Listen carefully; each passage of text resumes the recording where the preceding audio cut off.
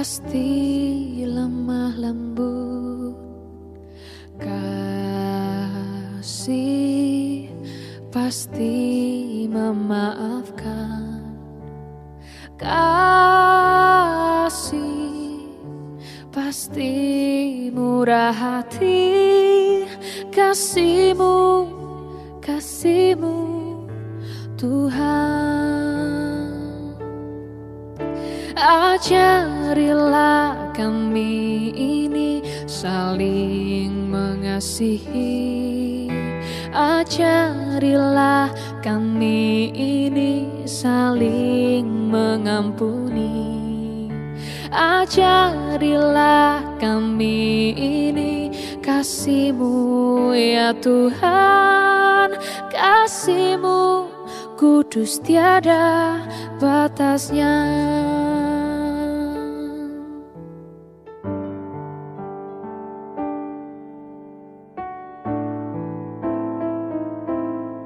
Salam Bapak, Ibu, Saudara sekalian.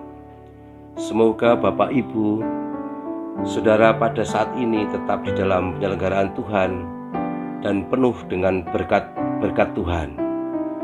Pada bulan keluarga ini, Majelis Gereja Kota Gede menyapa Bapak, Ibu, Saudara sekalian. Pada bulan keluarga ini, marilah kita masing-masing merenungkan kembali makna kehidupan kebersamaan di tengah-tengah keluarga masing-masing.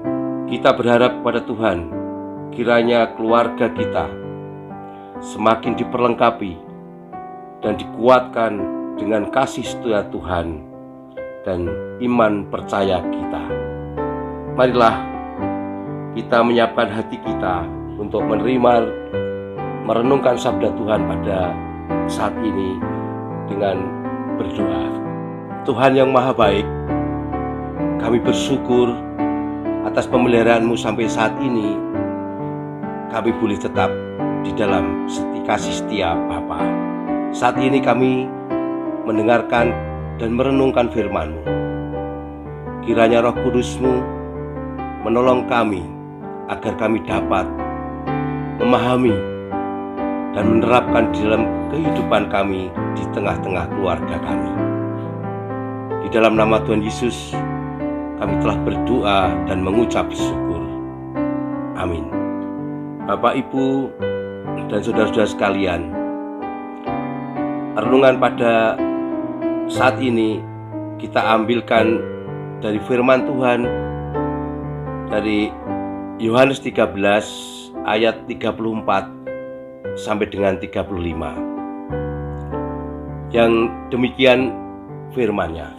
Aku memberikan perintah baru kepada kamu, yaitu supaya kamu saling mengasihi, sama seperti aku telah mengasihi kamu.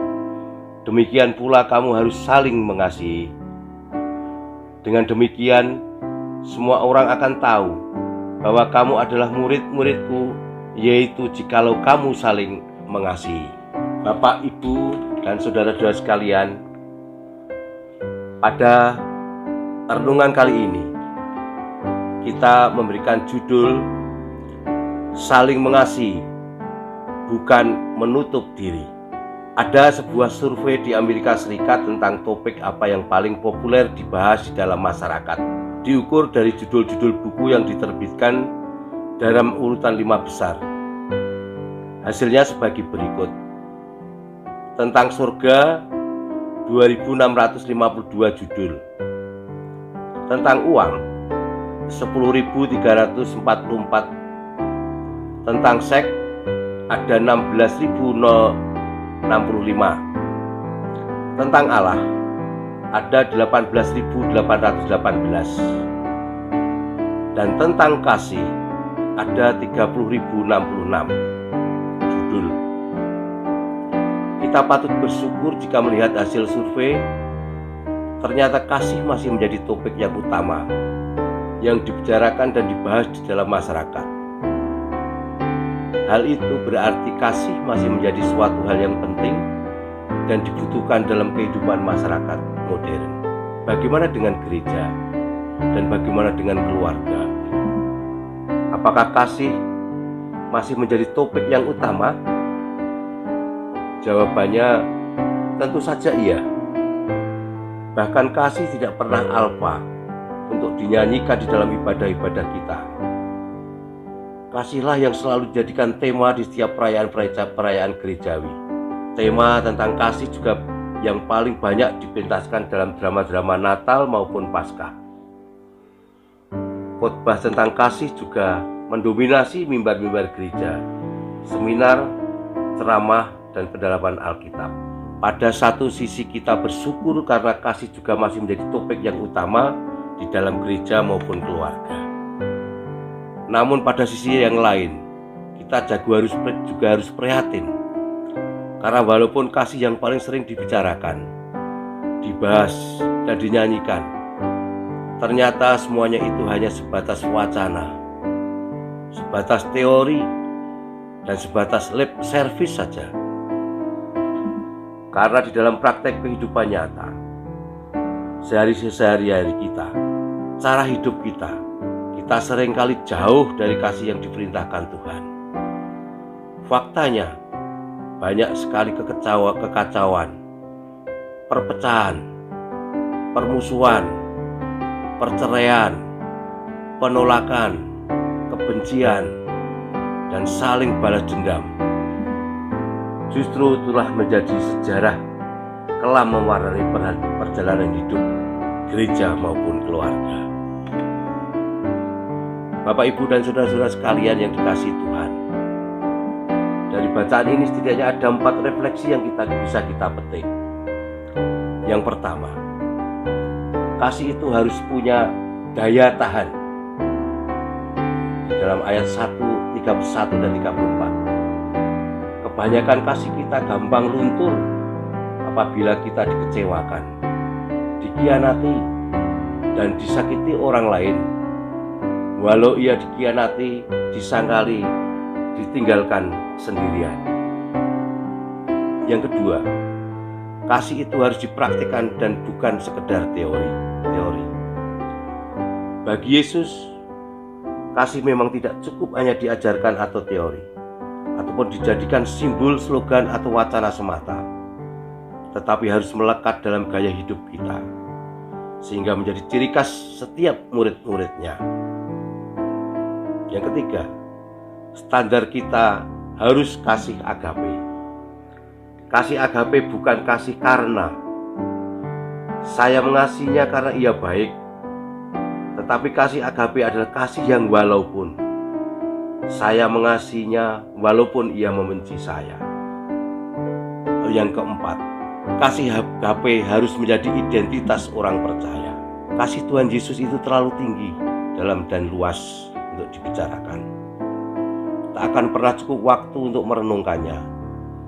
Sebab itu, ada baiknya jika kita memulai mempraktekannya.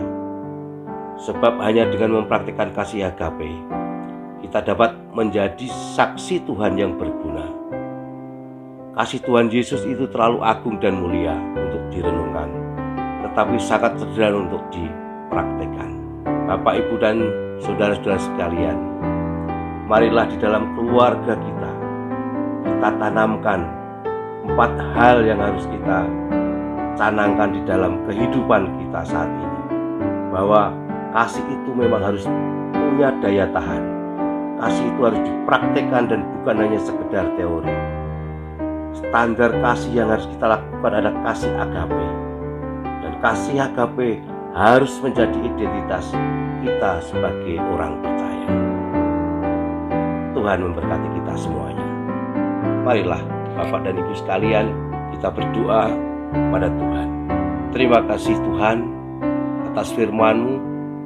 Mampukan kami semua untuk memahami firman yang boleh kami renungkan hari ini, dan mampukan kami untuk merealisasikan di dalam kehidupan kami, di tengah-tengah keluarga kami, dan di tengah-tengah kehidupan kami secara menyeluruh. Mampukan kami melakukan kasih yang punya daya tahan, kasih yang bukan hanya sekedar slogan, kasih yang harus berdasarkan kasih agape, dan kasih yang harus menjadi identitas kami sebagai anak-anak Tuhan, kiranya semuanya Tuhan menguatkan kami. Bapa yang ada di surga, banyak dosa dan kesalahan kami. Mohon pengampunan dan Tuhan senantiasa ada di dalam setiap kehidupan keluarga kami. Di dalam nama Tuhan Yesus Kristus kami boleh berdoa dan mengucap syukur. Amin.